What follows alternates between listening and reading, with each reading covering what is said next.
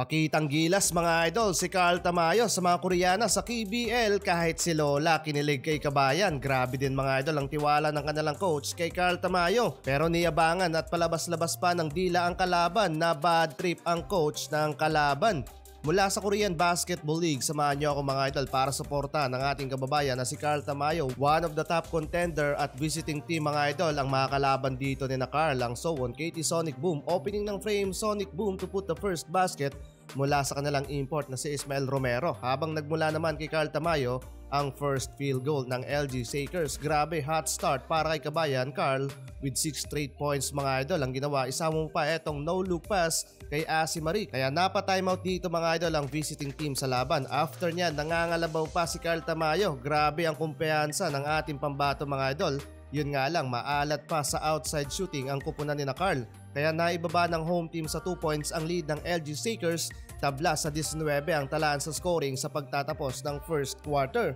8 points and 2 rebounds mga idol para kay Carl. Second quarter na isahan ng Koreano ang ating kababayan at nakakapag-commit ng foul. Niyabangan pa doon mga idol. 5 straight points ang ginawa ng visiting team sa first 2 minutes ng second quarter. Kaya binalik muna si Kabayan sa bench. Kung titignan yung stat sheets ng LG Shakers, 2 3-pointer pa lamang ang kanilang naipasok mula sa 8 attempt nila. Halos pareho lang din mga idol sa kalaban na may 3 3-pointer mula sa 9 attempts nila. Under 3 minutes ng quarter, 3 points lead para sa home team. Last 2 minutes ng quarter, dun palang binalik si Kabayan at yung kanilang import.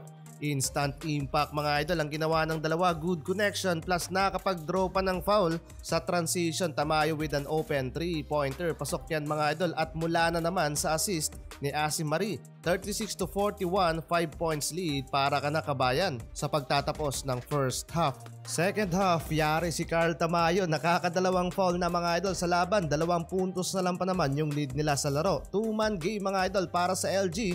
Mula ka na Asi Marie at Carl Tamayo habang inaalat mga idol sa field goal ang kanilang ibang roster. Binalagbag pa ni Carl Tamayo ang Koreano and easy basket para kay Kabayan. Mahirap to mga idol para sa dalawang import ng LG. Halos sa kanila lang mga idol nagmumula ang puntos ng kupunan. Kaya sa pagtatapos ng third quarter lamang ng 1 point ang visiting team, 54-55. Fourth quarter, anyari sa team ni na Carl. Sobrang alat mga idol pero wala si Kabayan at si Asi Marie sa loob ng court hanggang sa umabot na nga sa 5 points ang lead ng kalaban. After ng timeout, binalik agad yung key player ng LG at nakapag small run kaya baba sa 1 points ang lead ng visiting team mula pa sa crucial pull-up jumper ni Carl. Balik sa home team ang lead sa laban, 6 straight points mga idol ang ginawa ng LG. Nakasabit pa ng foul si Carl.